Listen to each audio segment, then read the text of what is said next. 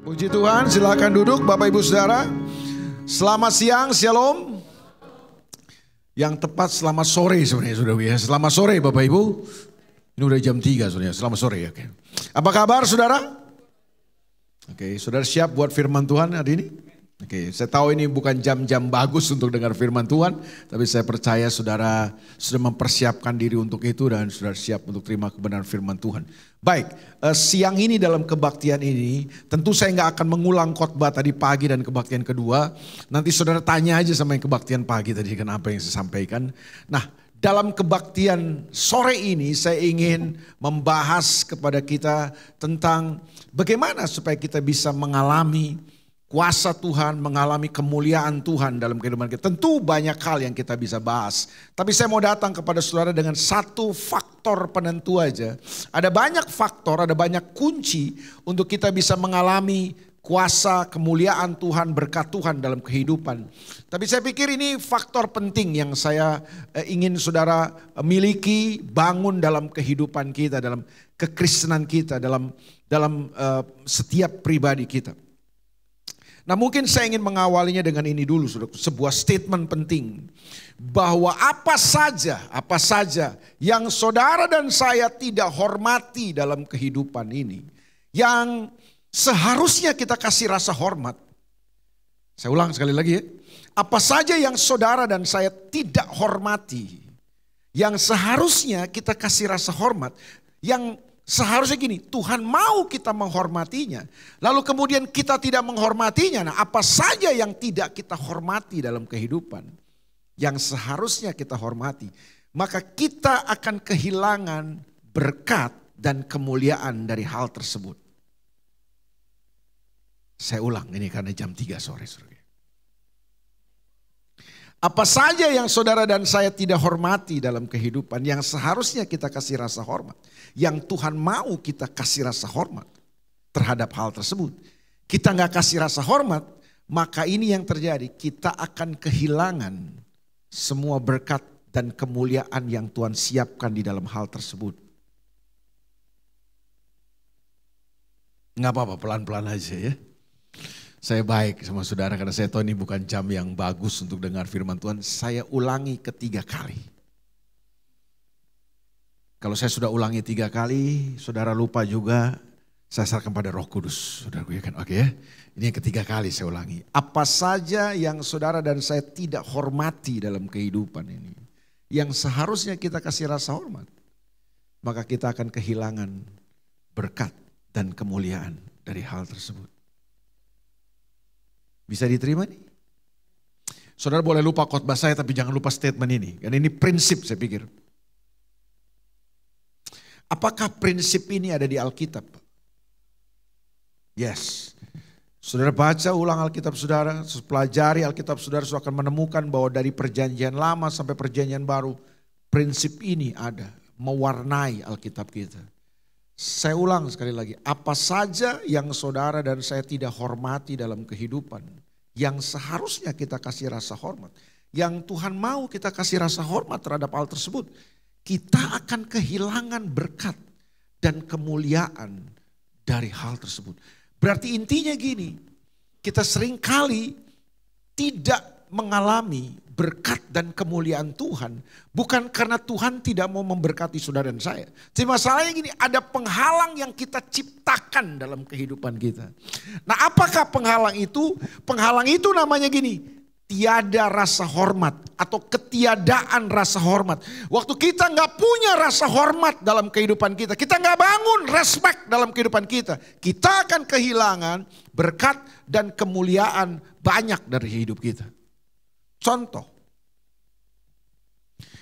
ada beberapa orang yang tidak menghormati pernikahannya. Padahal menurut saya, waktu saya pelajari Alkitab, pernikahan itu bukan ide manusia tuh. Pernikahan itu ide Tuhan. Jadi bukan manusia yang menginisiasi pernikahan. Tuhanlah yang menginisiasi pernikahan. Jadi pernikahan itu dibangun oleh Tuhan, bukan manusia tuh. Nah, saya percaya karena pernikahan itu adalah sesuatu yang dibangun oleh Tuhan, maka di dalamnya ada berkat, ada kemuliaan yang Tuhan siapkan dalam pernikahan. Setuju gak saudara? Gereja belum ada, manusia belum jatuh dalam dosa, tapi Tuhan sudah membentuk yang namanya keluarga lewat sebuah pernikahan kan, dapat keluarga. Dan lewat pernikahan atau keluarga inilah Tuhan ingin melaksanakan seluruh rencananya atas muka bumi ini. Berarti di dalamnya ada sesuatu yang sangat luar biasa. Nah, waktu saudara dan saya tidak menghormati pernikahan, maka yang terjadi kita kehilangan semua berkat dan kemuliaan yang Tuhan siapkan dari dalam pernikahan itu. Saudara percaya gak dalam pernikahan itu ada berkat Tuhan yang luar biasa? Nah, ada banyak orang kehilangan itu tuh. Kehilangan keindahan pernikahan. Kehilangan tujuan-tujuan dan maksud Tuhan dalam pernikahan. Kehilangan banyak hal yang Tuhan siapkan dalam pernikahan kita. Karena kita tidak menghormati pernikahan kita. Makanya betul Edwin Louis Cole, bapak pria sejati, dia pernah bilang begini. Menikahlah karena dengan menikah engkau akan lebih dekat ke sorga atau neraka. Artinya gini. Waktu pernikahan saudara dan kita menikah dan pernikahan kita menjadi pernikahan yang diberkati, pernikahan yang bahagia, pernikahan yang sehat, pernikahan yang bertumbuh. Maka kita akan mengalami sorga. Kita belum ke sorga, tapi kita akan mengalami sorga di dunia ini. Tapi sebaliknya, waktu pernikahan kita menjadi pernikahan yang kacau, pernikahan yang berantakan, pernikahan yang tidak harmonis. Maka yang terjadi kita belum masuk neraka, tapi kita sudah mengalami neraka di dunia ini. Itu maksudnya. Jadi saya percaya bahwa di dalam pernikahan itu ada berkat yang luar biasa yang Tuhan siapkan. Nah, beberapa orang kehilangan itu karena apa? Mereka kehilangan respect terhadap pernikahan. Ada suami-suami yang tidak menghormati istrinya. Padahal Alkitab bilang apa? Hai suami-suami, hiduplah bijaksana dan hormatilah istrimu sebagai kaum yang lebih lemah, karena dia adalah teman sewaris dari kasih karunia Allah. Supaya apa katanya? Ini para suami mesti dengar nih. Supaya doamu tidak terhalang. 1 Petrus pasal 3:7 itu. Kalau multimedia lagi baik hati dia tampilkan. Kalau lagi kurang baik hati ya dia gak tampilkan. Nanti saudara baca aja di rumah. Itu. Sekitar kemarin baru-baru viral nih kan. Ada pendeta yang KDRT kan. Istrinya disiksa, dihajar, anak-anaknya. Gila banget.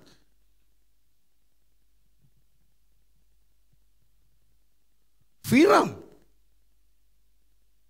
Seorang pendeta. Kita kadang-kadang gak menghormati. Ada istri-istri juga yang gak menghormati suaminya. Padahal kita bilang, hai istri-istri, tunduklah dan hormatilah suamimu. Kan gitu. Amin ibu-ibu. Aminnya lemah sih. Amin.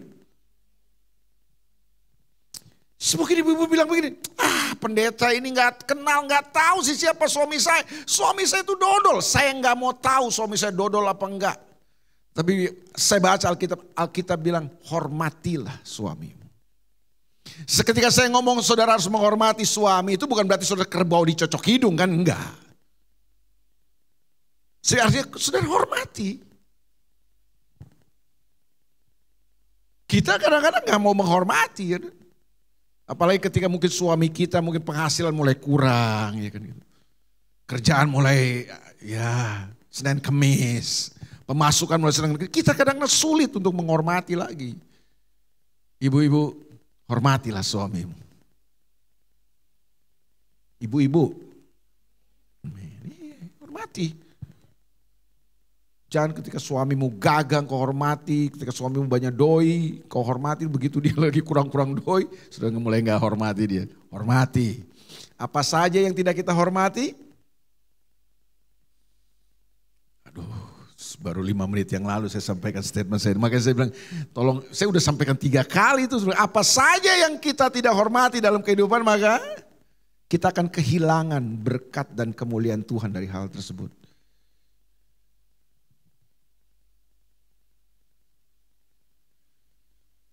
Anak-anak, mana anak-anak? Ada anak-anak di sini yang masih punya orang tua. Hormatilah orang tua. Amin. Yeah. Anak-anak, hormati orang tuamu. Semungkin saudara bilang gini, Pak, orang tua saya, orang tua yang gak pantas dihormati, orang tua saya gak pernah urus saya. Saya tidak tahu, dan saya mungkin tidak tahu orang tua saudara. Tapi yang saya tahu di Alkitab, hai anak-anak, taati dan hormatilah orang tua.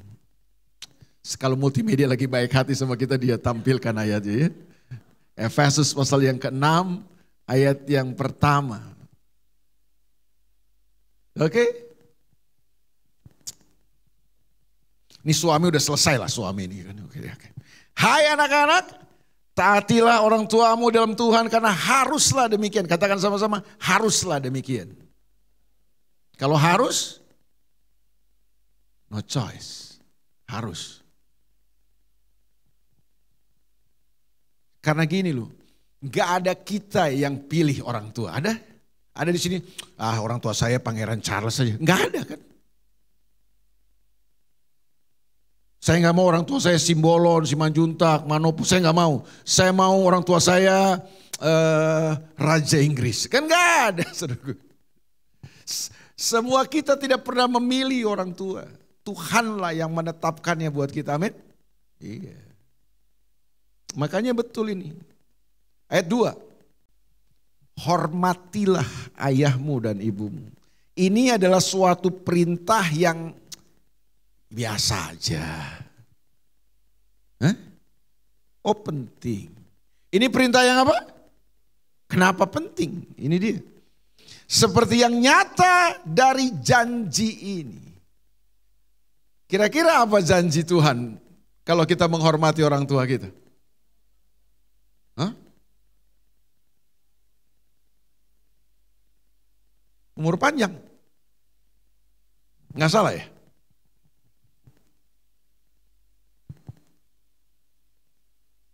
Belum pernah baca ayatnya. Ayat yang ketiga coba kita baca. Supaya kamu, ini janjinya. Supaya kamu apa?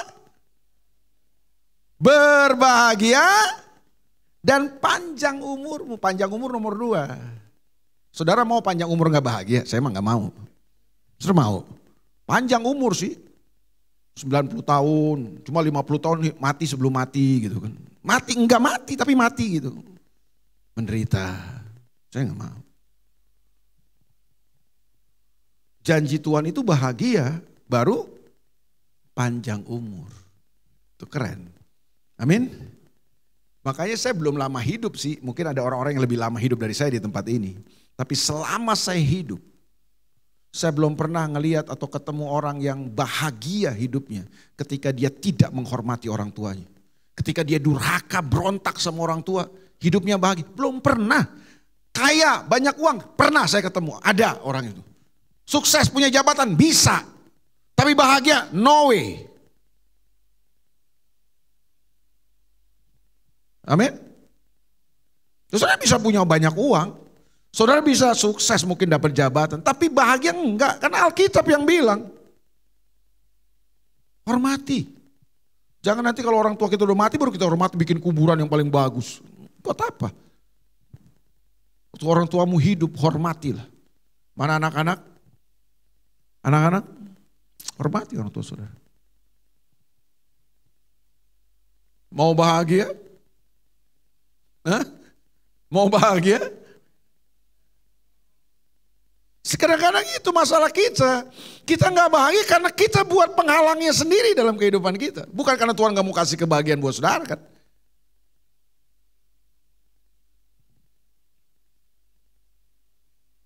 Apalagi? Apa saja yang kita tidak hormati dalam kehidupan, kita akan kehilangan berkat dari hal tersebut. Ibadah ini, di dalamnya ada janji Tuhan enggak? Ada janji Tuhan enggak dalam ibadah ini? Ada. Hormati dong. Amin. Datang dengan hati yang sungguh-sungguh sama Tuhan. Amin, saudara. Sebanyak orang ini datang kebaktian, nggak mengalami kuasa ibadah itu. Kenapa? Karena nggak sungguh-sungguh. Cuma sekedar datang. Tapi hati kita nggak tertuju sama Tuhan. Makanya kita nggak mengalami kuasa ibadah. Kebaktian, rajin datang tapi hidup nggak pernah berubah. Karena kuasa daripada ibadah itu adalah perubahan hidup kita. Apalagi? Hormati pemimpin-pemimpinmu. Khususnya pemimpin rohanimu. Mereka bukan orang yang sempurna memang. Tapi belajar hormati, saudaraku. Alkitab bilang gini, hormati orang-orang yang memberi pengajaran kepada hidupmu gitu loh. Hormati, taati pemimpin-pemimpinmu di dalam Tuhan. Karena mereka berjaga-jaga atas jiwamu. Hormati. Kita tuh kadang-kadang kehilangan rasa hormat itu dalam kehidupan kita. Kita gak menghormati. Saya sudah pelajari semua orang yang tidak menghormati otoritas di atasnya. Itu akibatnya fatal, Pak. Ngeri-ngeri akibatnya tuh. Banyak sekali Alkitab kita cerita tentang itu. Tanah terbelah, bumi terbelah, masuk Korah, Datan dan Abiram. Dikubur hidup-hidup tuh. Miriam, Harun kena kusta tangannya. Itu ngeri-ngeri, Pak. Berarti saya belajar begini, kalau pelanggaran sebuah prinsip dalam Alkitab mengakibatkan akibat yang fatal, berarti ini penting prinsip ini. Kadang-kadang kita anggap enteng aja, kita anggap remeh. Kita mungkin merasa hebat daripada pemimpin kita, enggak lah. Tetap mungkin kita lebih hebat, lebih fasih, lebih pintar, lebih banyak duit. Tapi percaya gini, belajar menghormatinya. Sebenarnya itu viral tuh kemarin tuh kan. Di Bekasi ya? Di Bekasi kan? Viral, saudara nggak ngikutin ya? Oh ya saya lupa ya, jemaat ini bacanya Alkitab terus ya. Yang pendeta sama jemaat ribut itu di rumah duka tuh. Viral kan itu kan. Lagi mau pemakaman, ribut itu kan. Pendetanya sama jemaat yang sedang berduka itu. Waktu saya saksikan video itu yang viral. Apa sih masalahnya? Masalah cuma sederhana. Nggak ada rasa hormat di situ. Pendeta nggak menghormati jemaatnya, jemaat lebih nggak menghormati pendetanya. Semua jadi apa kita? Makanya seringkali kita terus dalam keadaan kanak-kanak, kita mentok, kita seperti menghantam sebuah tembok tebal dalam perjalanan kekesan kita. Karena kita nggak punya rasa hormat dalam kehidupan. Saya ingin akhiri dengan ini. Ada beberapa bagian Alkitab yang saya ajak saudara kita perhatikan sama-sama bahwa prinsip ini ada di sepanjang Alkitab. Bahwa apa saja yang saudara dan saya tidak hormati dalam kehidupan, kita akan kehilangan berkat dan kemuliaan Tuhan dari hal tersebut. Jadi ada banyak hal yang Tuhan siapkan buat kita, tapi kita hilang, kita gagal mengalaminya. Karena apa? Kita tidak menghormatinya. Markus pasal yang ke-6 ayat yang pertama. Saya mau kita lihat perjanjian baru dulu ya. Setelah itu kita melihat perjanjian lama prinsipnya. Markus pasal 6 ayat 1 sampai ayat yang ke-5 saja kita perhatikan. Ini ada satu peristiwa yang dicatat di Injil Markus. Kemudian Yesus berangkat dari situ dan tiba di tempat asalnya. Katakan sama-sama tempat asalnya. Tempat asal Yesus ini di mana? Nazaret ini. Yesus lahir di Bethlehem, tapi dia besar di... Kenapa dia lahir di Bethlehem? Karena pada waktu Yesus lahir, ada kaisar yang berkuasa, kaisar Romawi yang berkuasa pada masa itu namanya Kaisar Agustus. Memerintahkan untuk semua orang di bawah wilayah kekuasaan Romawi untuk sensus, diadakan sensus penduduk. Nah setiap orang harus disensus. Dan sensus itu lagi nih, orang-orang itu harus kembali ke daerah kelahirannya atau tempat kelahirannya. Yusuf, ayah jasmani daripada Yesus itu berasal dari Bethlehem. Yusuf ini orang Bethlehem. Dia kelahiran Bethlehem, tapi dia berdomisili di Nazaret. Itu sebabnya Yusuf mengajak istrinya yang bernama Maria kembali ke Bethlehem untuk sensus. Nah begitu datang di Bethlehem, saatnya Maria bersalin. Makanya Yesus lahir di Bethlehem. Seperti atau sesuai yang dinubuatkan oleh nabi-nabi di perjanjian lama kan. Tapi setelah peristiwa di Bethlehem itu kan kemudian Herodes membunuh semua anak-anak kecil. Yesus dibawa lari ke Mesir. Nah pulang dari Mesir, Yusuf dan Maria tidak kembali ke Bethlehem. Yusuf dan Maria itu kembali ke Nazaret. Jadi Yesus itu besar makanya Yesus disebut Jesus from Nazaret, bukan Yesus from Bethlehem kan. Karena Yesus lahir cuma di Bethlehem, lahir di Bethlehem tapi dia besar Nah ini peristiwa ini Yesus kembali ke daerah asalnya, ke tempat asal itu Nazaret namanya ya. Ayat yang kedua, pada hari Sabat ia mulai mengajar di rumah ibadah dan jemaat yang besar takjub ketika dia mendengar dia dan mereka berkata, dari mana diperolehnya semua itu? Hikmat apa pulakah yang diberikan kepadanya? Dan mujizat-mujizat demikian bagaimanakah dapat diadakan oleh tangannya? Bukankah ia ini tukang kayu, anak Maria, saudara Yakobus, Yoses, Yudas dan Simon?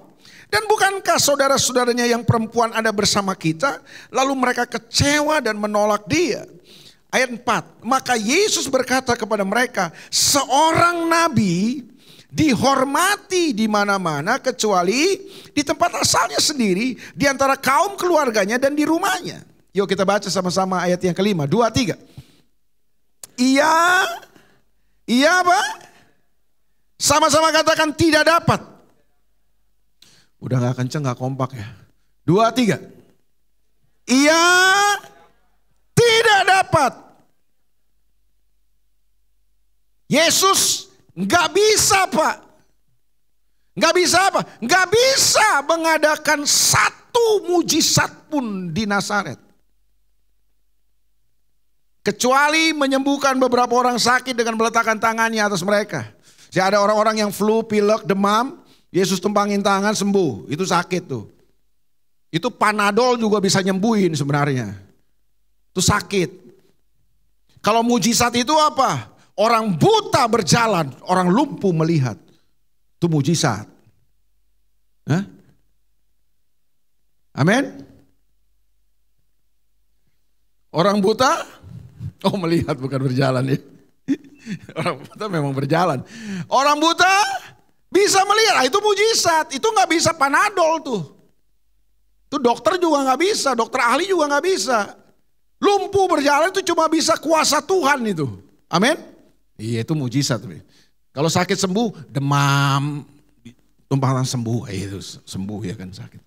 Nah yang membingungkan saya, mengherankan saya adalah kenapa Yesus gak bisa bikin mujizat di Nazaret? Harusnya kan di Nazaret Yesus justru mengadakan lebih banyak dong mujizat, betul gak?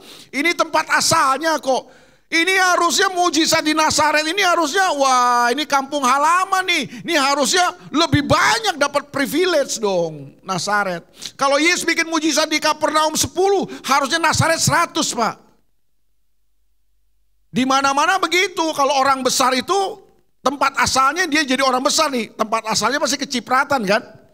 Ingat gak? Dulu orang tahu gak Pacitan itu di mana? Wah banyak orang gak tahu. Pacitan itu, ada ya Pacitannya. Orang gak ngerti. Tapi begitu ada seorang yang berasal dari kota Pacitan menjadi Presiden Republik Indonesia. Bambang Susilo Yudhoyono. Susilo Bambang Yudhoyono, SBY. Wah ini Pacitan sekarang beda Pak. Kecipratan dong.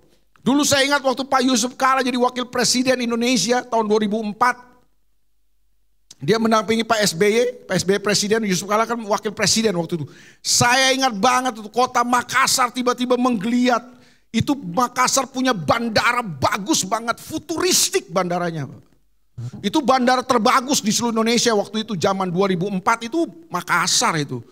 Dulu Soekarno-Hatta kalah kan belum Terminal 3 belum ada waktu itu.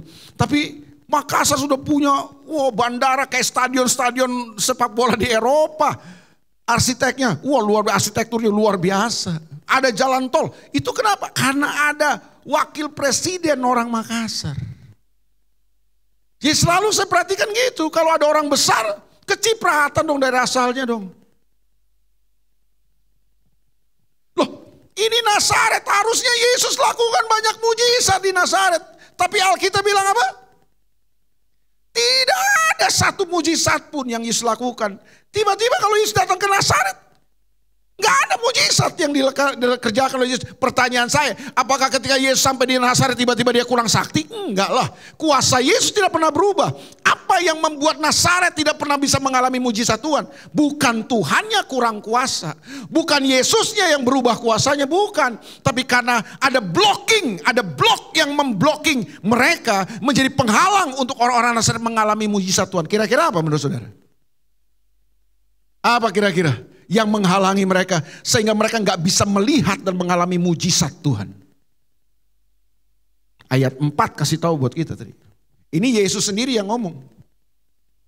Maka Yesus berkata kepada mereka, seorang nabi dihormati di mana-mana kecuali. Berarti persoalan Nazaret apa? Mereka tidak menghormati Yesus. Itu yang saya bilang. Kalau saudara kehilangan rasa hormat, ketiadaan rasa hormat itu jadi penghalang untuk saudara mengalami kuasa dan mujizat Tuhan. Hormati. Maleakhi pasal yang kedua. Ini perjanjian lama sekarang. Maleakhi pasal 2 ayat yang kedua. Kitab Maleakhi ini ada 4 pasal. Kalau saudara pelajari kitab Maleakhi, saudara mengerti bahwa ini persoalan inti daripada kitab Maleakhi ini adalah umat Israel atau orang Israel itu tidak punya rasa hormat. Mereka kehilangan respect, mereka kehilangan rasa hormat dalam hidup mereka.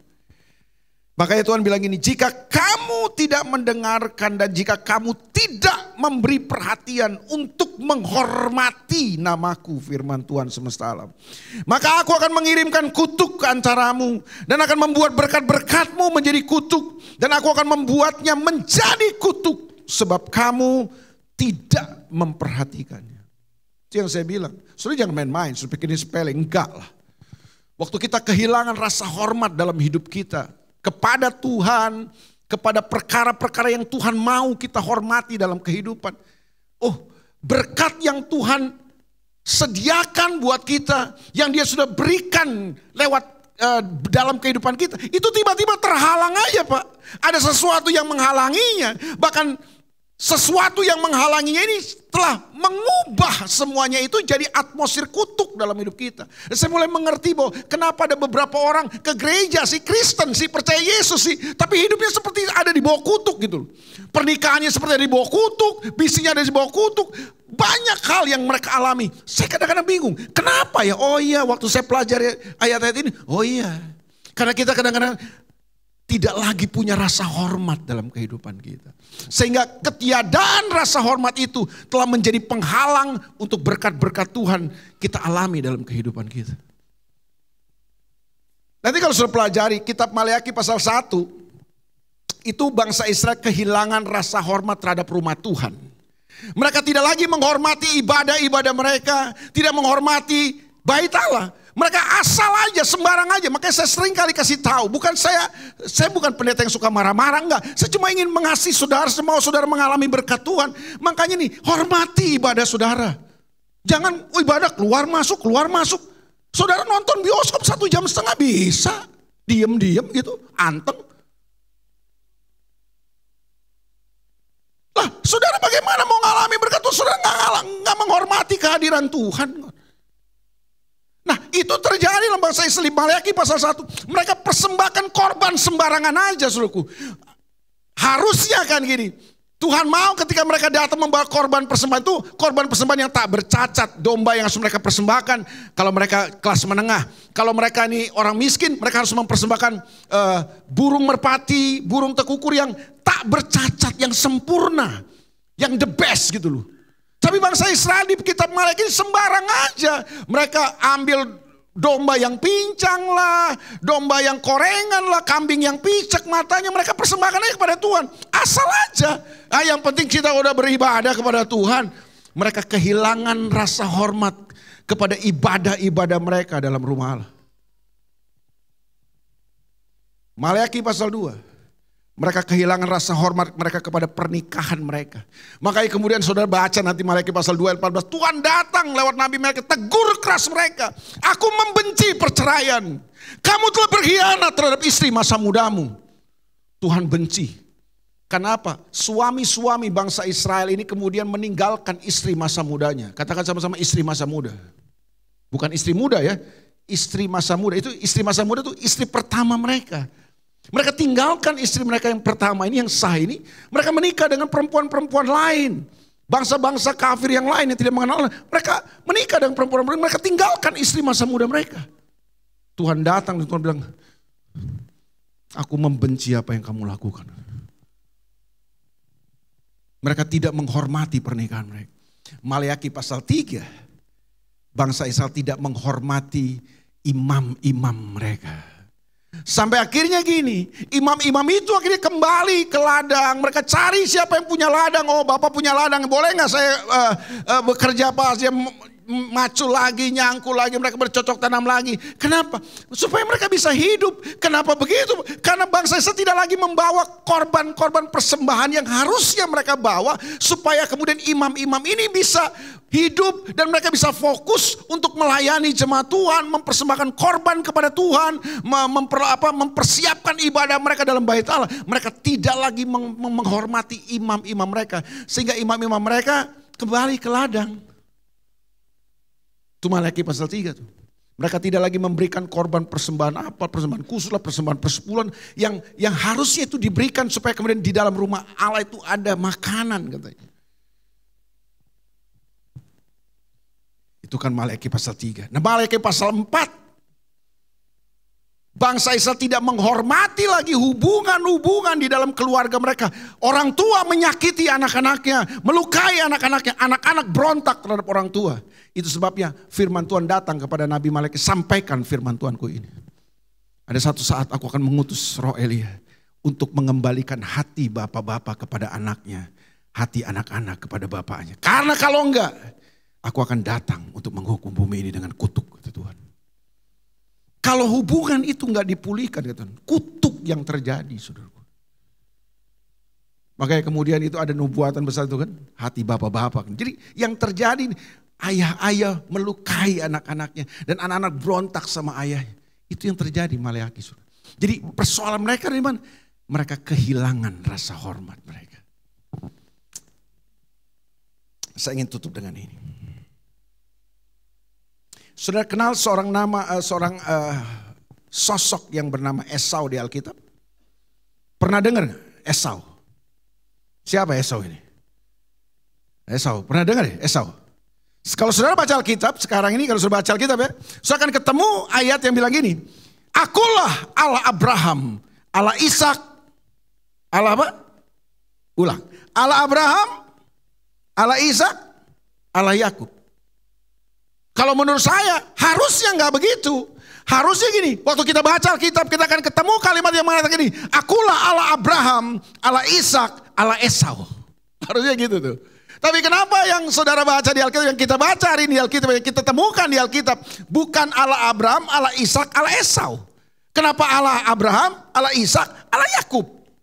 Padahal kan Esau ini kakaknya Yakub. Dia yang sulung, Yakub ini kan yang kedua, mereka kembar. Tapi yang lahir duluan tuh Esau. Pertanyaannya kenapa Allah Abraham, Allah Ishak, Allah Yakub? Kenapa bukan Allah Abraham, Allah Ishak, Allah Esau? Kenapa? Karena Esau anak yang sulung, dia dapat sebuah hak istimewa dari Tuhan yang namanya hak kesulungan. Apa itu hak kesulungan? Hak yang Tuhan berikan. Jadi ini bukan hak dari manusia, bukan dari ketua adat, bukan. Ini hak dari Tuhan yang diberikan kepada anak sulung untuk melanjutkan perjanjian Tuhan atas keturunan Abraham. Abraham punya anak Ishak, Ishak punya anak Esau dan Yakub. Harusnya Esau.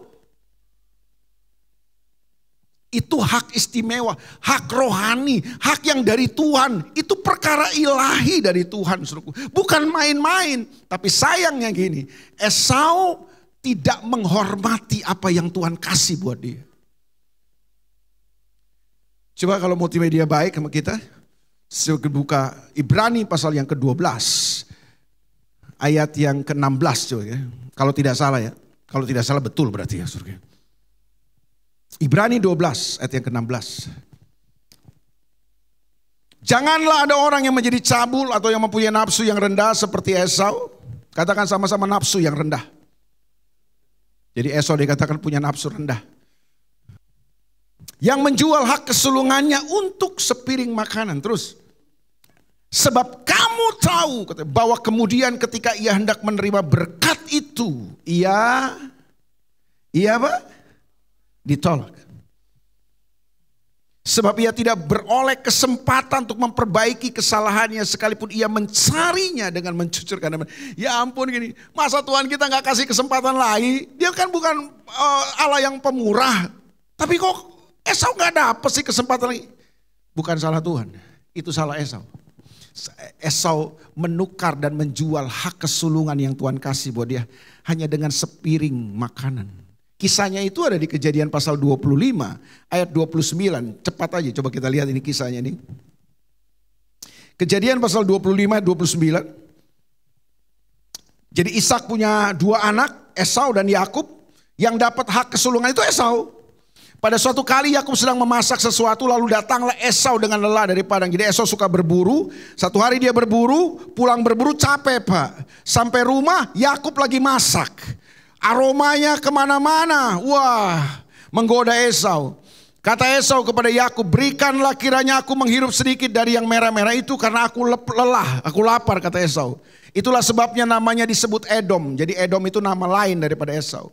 Tapi kata Yakub, juallah dahulu kepadaku hak kesulunganmu. Sahut Esau, nih lihat saudara. Sebentar lagi aku akan mati. Apakah gunanya bagiku hak kesulungan itu? Lihat, ini sikap Esau. Dia bilang sama Yakub gini, ini cuma gara-gara dia lapar ya. Capek, lapar, terus tergoda dengan aroma masakannya Yakub.